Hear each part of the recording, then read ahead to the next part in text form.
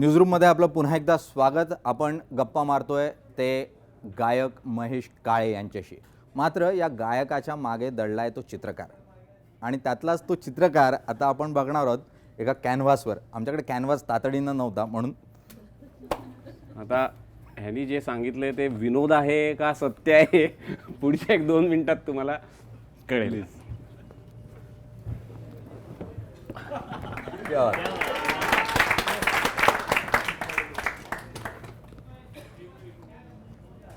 अरे हे पण आपण असं करूया, ओळखा पाऊस स्पर्धा करूया. तुम्ही जर ओळखलं काय तर मी बरा चित्रकार आहे असं म्हणूयात.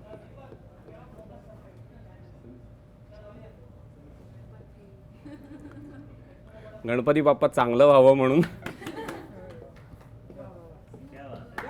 या वागे आणि लहानपणी मी काढायचो चित्र एका हाताने. अगदी आता हे 2 हातांनी कसं आहे ते पाहूया.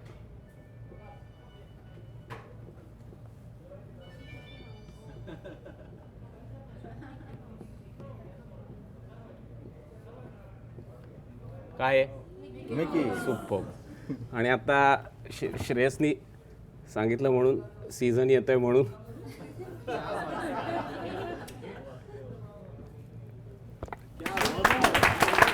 क्या बात आहे. मस्त. मला हे असं काही घडेल याची कल्पना नव्हती. चला,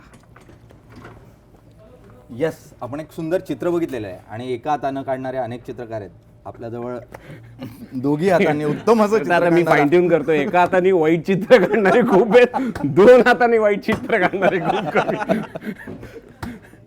हां, असं मगाशी तुम्ही बोललात की आधीच्या काळामध्ये लहान मुलांना जर का गाणं येत असेल तर ते गाण्याच्याच मागे जायचे, पण आत्ताचा तरुण बदलला आहे तर तो वेगवेगळ्या ह्याच्यात असतो. तर आत्ताच्या शास्त्रीय संगीत शिकणाऱ्या तरुणांकडे तुम्ही कसं बघता? तरुण नाही बदलला आहे, सगळी सिस्टीमच बदलली आहे. मला असं वाटतं की आजचा तरुण खूप म्हणजे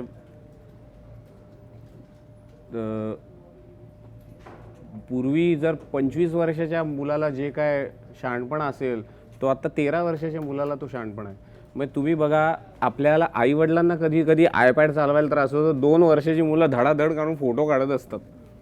त्यामुळे पुढचा तरुण ॲक्सेस काय आहे की मुळातच तुम्हाला ॲक्सेस काय आहे त्या ॲक्सेसमुळे तुम्ही हे होता. म्हणून मला असं वाटतं की मगाशी भास्करजींचा विषय निघाला तेव्हा मी त्या काळात त्यांना विचारलं असताना की मला जॉग्राफिकल डिसॲडव्हान्टेज आहे पण काहीतरी ॲडव्हान्टेज असेल तर काय करू. तर ते म्हणले अख्खं जग फिर, सगळ्या जगातलं आर्ट बघ, सगळ्या जगातलं म्युझिक ऐक, कल्चर अनुभव, लोकांचा आयुष्य अनुभव, त्याच्यातनं तुला स्वतःला सापडशील. मला असं वाटतं की तरुण पिढीला आज यूट्यूबवर ते एका क्लिकवरनं जो अमेरिकेतला माणूस असतो त्याला आणि साधारण लोणंदचा माणूस आहे त्याला एकाच वेळेला सगळे ते व्हिडिओज दिसतात. त्यामुळे जॉग्राफिकल बॅरियर्स सगळी नाहीशी झाली आहेत. तर today's youth is armed really well. म्हणजे करायचं ठरवलं तर आजच्या यूथला खूप छान उपलब्धी आहे आणि आय थिंक खूप आश्वासक आहे. आय एम अ ह्यूज प्रपोनंट की पुढची पिढी आपली जबरदस्त काम करेल याच्याबद्दल. जरा शिक्षणावर विचारतोय, शिकायचं ते अभिषेकी बुवांकडे असं ठरवलं होतं? कारण त्यावेळेला भीमण्णा जोशी होते.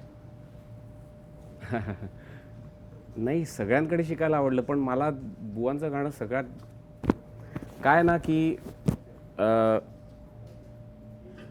म्हणजे ज्या गाण्याशी आपण कनेक्ट होतो त्या गाण्याला नाव काही असलं तरी त्या गाण्याशी कनेक्ट होतो. माझं पहिलं कनेक्शन असं अभिषेकी बुवांशी, कैवल्याच्या चांदण्याला, सर्वात्मका सर्वेश्वरा, किंवा हे जे अभंग त्यांचे हरिभजना वीण काळ, अबीर गुलाल, हे जे अभंग आहेत त्याच्याशी मला असं एकदम इन्स्टंटली कनेक्ट व्हायचं. मला हे शिकायचं आहे असं मला व्हायचं. त्यामुळे असं ठरवलं नव्हतं पण माझं भाग्य आहे, मी ज्या शहरात राहतो त्याच शहरामध्ये अभिषेकी बुवांचं वास्तव्य असावं आणि त्यांनी मला शिष्य म्हणून पत्करावं, हे माझं मोठे भाग्य आहे. एकीकडे पंडितजींच्या नावानं जो सवाई गंधर्व महोत्सव होतो त्या काळामधून आपण जातोय, ज्यावेळेला आपण गप्पा मारतोय त्या काळात. आणि दुसरीकडे एक प्रश्न उपस्थित होतोय की शास्त्रीय संगीताला 10 वाजेची मर्यादा कशाला. शास्त्रीय संगीतासारखं पवित्र, सहज, सोपं असं संगीत जे आहे त्याच्यासाठी म्हणजे सवाईची जी परंपरा होती रात्रभर महोत्सव चालायचा. तर त्यावर तुझं काय मत आहे? कारण राहुल देशपांडेंनी थेटपणे सोशल मीडियावर म्हटलं. अगदी बरोबर आहे. राहुल जे बोललाय ती he has echoed all our grief and plight. मुळातच म्हणजे बंधन कशासाठी करतोय आपण? मला असं वाटतं की ते बंधन साऊंड पोल्युशन करता आहे. अगदी. पण मला असं वाटतं की साऊंडमध्ये कुठल्या जर सत्व असेल तर ते शास्त्रीय संगीतातल्या साऊंडमध्ये सत्व आहे. तर हा सात्विक साऊंड आहे, हा पोल्यूट करणारा नाही, हा प्रमोट करणारा साऊंड आहे, तुम्हाला सकस बनवणारा साऊंड आहे. तर मला अगदी वाटतं काय होतं ना की म्हणजे अगदी माझ्या लहानपणी मी आईच्या मांडीवर बसून मला झोप व्हायची, मग मी डोळे उघडायचो तेव्हा मग भीमसेन जोशी आलेले असायचे, कधी पंडित जसराज आलेले असायचे किंवा अभिषेकी बुवा, आणि मला असं ते म्हणजे माझ्या झोपेच्या पलीकडे जाऊन माझ्या आतल्या गाणं ऐकणाऱ्याला खेचून ते आणायचं आणि मग मी ताडकन बसून मला असं वाटतं की पंडित जसराजी एकदा गायला आले आणि पहाटे तेव्हा शेवटी गाणं रात्रभर चालायचं आणि पहाटे सुरुवात व्हायची.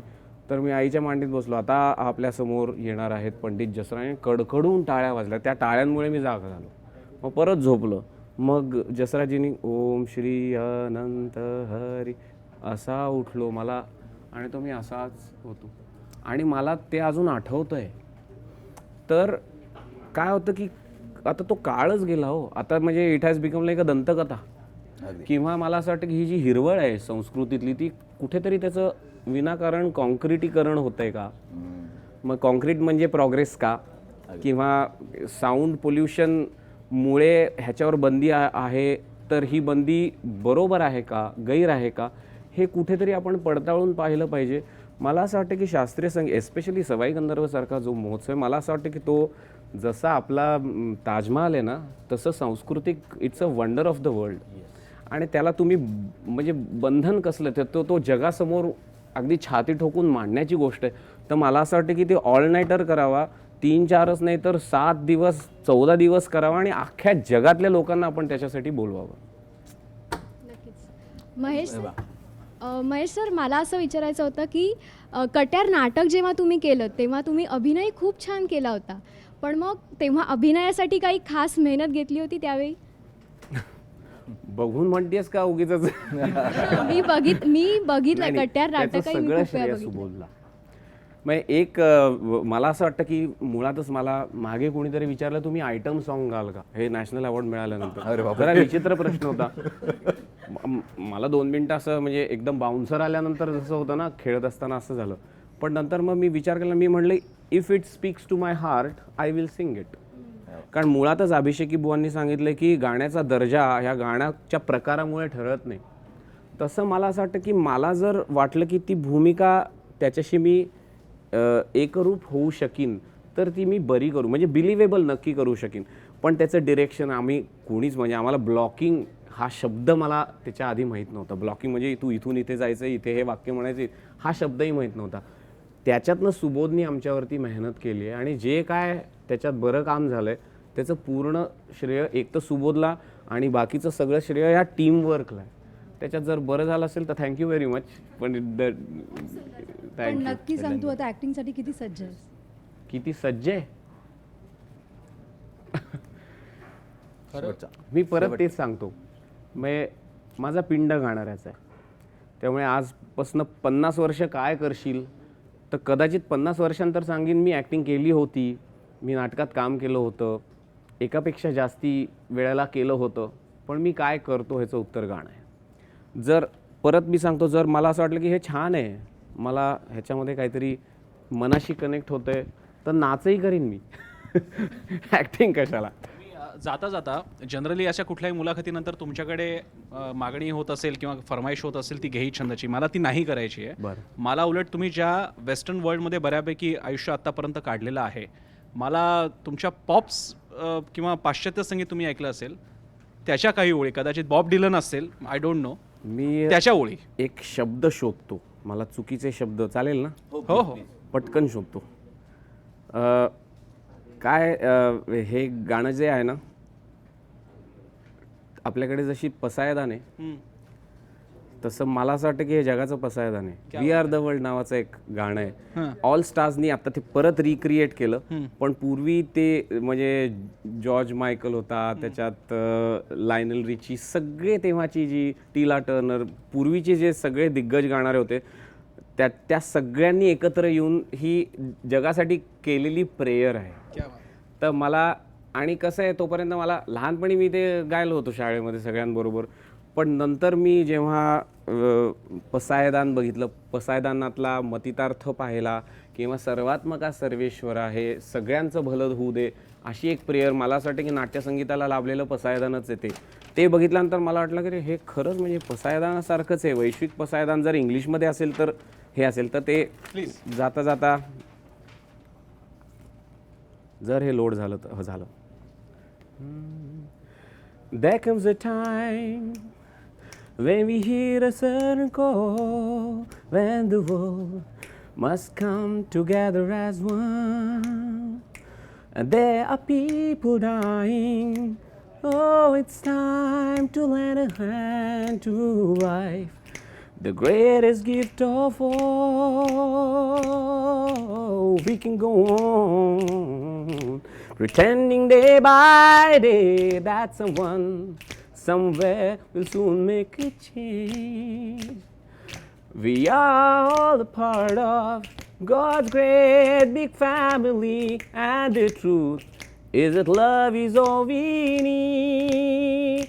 We are the world, we are the children, we are the ones to make a better day, so let's start giving. Oh, there's a choice we're making. We're saving our own lives. It's true, we make a better day, just you and me. दोन गोष्टी झाल्या, एक चित्र काढीन किंवा चांगलं आहे, मजा आली. निलेश, तर महेश, आज तू आमच्या सर्वांबरोबर गप्पा मारायला जय महाराष्ट्राच्या न्यूजरूममध्ये आलास आणि सहज सोप्या पद्धतीने महेश आम्हाला समजून घेता आला. त्याच्याशी सहज साधं असं घरातल्या गप्पा असाव्या, मित्रांच्या गप्पा असाव्या, तसं चर्चा आली. त्यासाठी खूप खूप धन्यवाद.